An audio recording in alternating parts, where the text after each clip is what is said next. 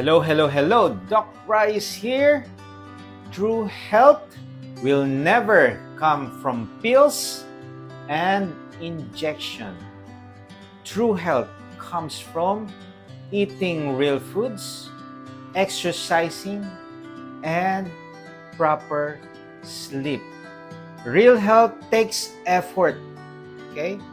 Kailangan ng effort yan. Eat nutrient-dense food. You need to move or strengthening your body. Mas lalakas yan. And quality of sleep. There's no shortcut.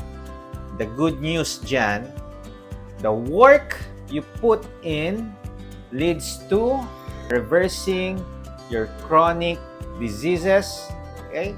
Freedom from all medication and freedom from